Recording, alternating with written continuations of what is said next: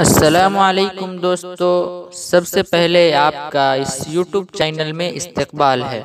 उसके बाद सब्सक्राइब कीजिए हमारे इस चैनल वाकिद नकीब ऑफिशियल को।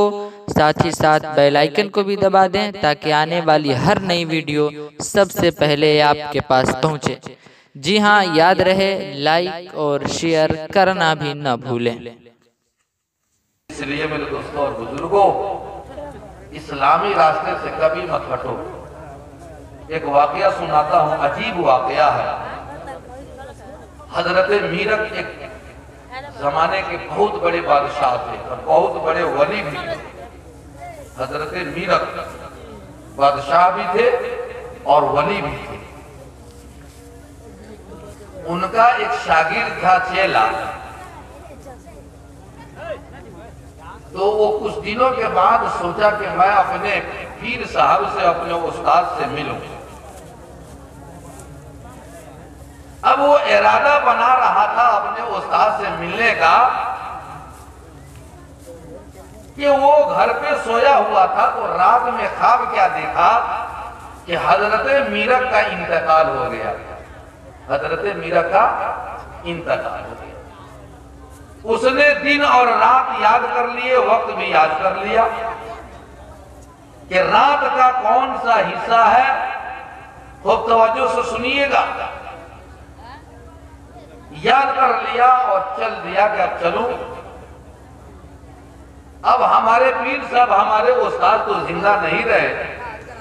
जब इरादा कर लिया हूं तो चलूं और चलने के साथ साथ उनकी कब्र पर फातिहा तो पढ़ाऊंगा।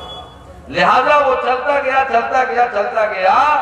जब मीरक का शहर आया तो शहर में न जाकर, मीरक के दरबार में न जाकर उसने कब्रिस्तान का रास्ता पकड़ लिया।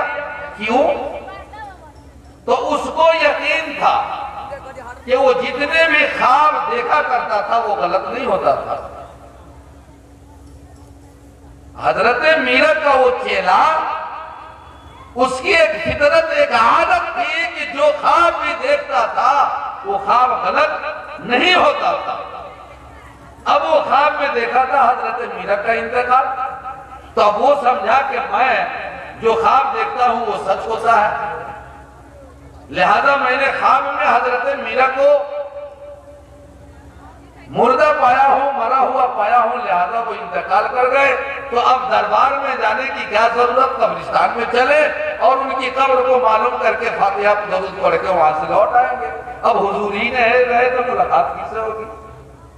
कब्रिस्तान की तरफ गया तो कब्रिस्तान के दरवाजे पर कब्रिस्तान का रखवाला मिला और उसने पूछा कि हजरत मीरक की कब्र कौन है। क्या पूछा? बादशाह, हजरत मीरक की कब्र कौन है? अब वो ताज्जुब में पड़ गए। अरे तुम हजरत मीरक को मुर्दा समझ रहे हो? हजरत मीरक तो जिंदा है, सल्तनत शाही पर बैठे हैं। अब इसको अजीब सा लगा कि ये क्या हो गया। मेरा ख्वाब कभी गलत होता नहीं है और हजरत मीरक को ख्वाब में मैं मुर्दा देखा हूं, अभी वो मरे नहीं है, ये बता रहा है। आया दरबार में तो देखा कि हमारे उस्ताद हजरत मीरक बनफ्से नफीस मौजूद है, जिंदा है। अब तो ताज्जुब हो रहा, ये क्या मालूम, ये क्या हो गया। तो हजरत मीरक ने पूछा कि ये बताओ कि तुम इतने ताज्जुब और अचंभे में क्यों हो। तो कहा कि हुजूर, एक मुअम्मा मुझे परेशान किए हुआ है। मुअम्मा ये है कि मैं आपको ख्वाब में मुर्दा पर देखा हूं और मेरा ख्वाब कभी गलत नहीं होता है और मैं देख रहा हूं कि आप जिंदा हैं। मेरा ख्वाब गलत है, ये आप गलत हैं। मेरा ख्वाब गलत है या आप गलत हैं। हजरत मीरक ने कहा कि तुम सच्चे मोमिन हो और मोमिन का ख्वाब नबूवत का 40वां हिस्सा होता है और नबूवत का कोई हिस्सा गलत नहीं हो सकता। तुम सही देखे। अच्छा, तुम दिन बताओ कौन सा दिन था। बताया जुमरात का दिन था। रात के कितने बजे हो रहा था? कहा कि 3 बजे मैंने देखा, ऐन तहज्जुद के वक्त में मैंने ख्वाब देखा। इन्होंने जो है अपना कष्ट किया, अपना पीछे जाकर अपना बैकग्राउंड टटोला तो कहा कि तुम सही देखे हो ख्वाब में, तुम ख्वाब सही देखे हो। जिस वक्त तुम ख्वाब देखे हो, जिस दिन और रात में देखे हो, तुम्हारा ख्वाब ऐ अल्लाह के बंदे सही है, मैं गलत हूं। पूछा कि हुजूर मामला समझ में नहीं आ रहा है, आप बोल भी रहे हैं, जिंदा भी हैं और कह रहे हैं कि तुम्हारा ख्वाब सही है, तुम ख्वाब में मुर्दा तो देखे हो, लिहाजा मैं मुर्दा ही हूं और देख रहा हूं कि मुर्दा बोल रहा है और सही गलत भी बता रहा है। हजरत मीरक ने कहा कि सुनो अल्लाह के वली, जिस वक्त तुम ख्वाब में देखे मुझको मरा हुआ, उस वक्त मैं अल्लाह के जिक्र से खाली था, और वो दिल जो जिक्र इलाही से खाली हो जाए वो मुर्दा के मानिंद है। लिहाजा जिस वक्त मैं अल्लाह के जिक्र से गाफिल था, उस वक्त तूने ख्वाब देखा, मैं इधर गाफिल होकर मानिंदे मुर्दा था, इसलिए मैं उस वक्त मुर्दा ही था, और जिस वक्त तू ख्वाब देखा तुम्हारा ख्वाब सही ही है। क्या पता चला कि मोमिन का दिल जब अल्लाह की याद से भटकेगा, जब मुसलमान इस्लामी रास्ता चलते चलते दूसरे रास्ते को भटकेगा तो कहां जाएगा? शैतानी रास्ते पर जाएगा। जब मुसलमान ईमान वाला अपने दिल को अल्लाह के जिक्र और अज़कार से खाली जब कर लेगा तो वो मानिंद मुर्दा के है, और मुर्दा के ऊपर कौन मुसल्लत होता है? शैतान। इसलिए मेरे दीनी भाइयों, आप अपने आप को कभी मुर्दा मत बनाओ, जीते जी आप अपने आप को मुर्दा मत बनाओ, और आप अपने बच्चों को जीते जी यतीम भी मत बनाओ।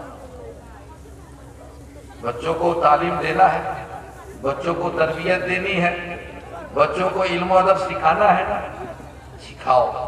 जो माँ बाप अपने बच्चे को इल्म और अदब की तालीम नहीं दे रहे हैं, वो माँ बाप उन बच्चों के हक में मुर्दे की तरह है, और वो बच्चा बाप के जीते जी यतीम है। अपने ही मन में डूब कर पाजा सुरागे जिंदगी, अपने ही मन में डूब कर पाजा सुरागे जिंदगी, तू अगर मेरा नहीं बनता न बन अपना तो बन। आप किसी आलिम उलमा के नहीं बनते, आप किसी मुफ्ती को नहीं चाहते, आप किसी इमाम के हवाले अपने आप को नहीं करते, तो अल्लाह के वास्ते आप अपने मकाम और मर्तबे को तो समझ जाओ ईमान वालों।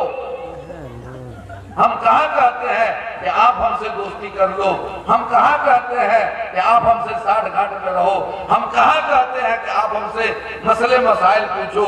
जी नहीं, इंसान का सबसे बड़ा मुफ्ती उसका दिल है। जो काम करो अपने दिल से पूछ लो, ये दिल कभी आपको गलत फतवा नहीं देगा। क्यों? इसलिए कि इस दिल में अल्लाह तबारक व तआला बसता है ना। एक शराबी ने कहा कि जाहिद आबिद शराब पीने से मस्जिद में बैठकर, या वह जगह बता जहां खुदा ना हो। कोई ऐसी जगह है जहां अल्लाह ना हो? जहां शराब टपक रही है, शराब को टपकाना बंद कर दें और वहां मुसल्ला बिछाकर नमाज पढ़ लें, अल्लाह है कि नहीं? वहां है।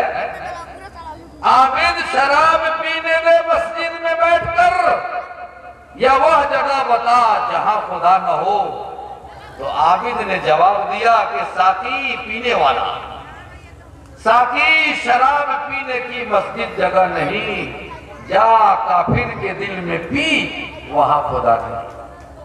जब काफिर के दिल में अल्लाह उतर जाएगा तो वो काफिर रहेगा।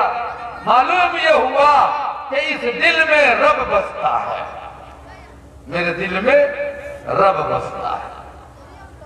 कहा शायर ने कि दिल के आईने में है तस्वीर यार, जब जरा गर्दन झुकाई देखी। बात समझ रहे?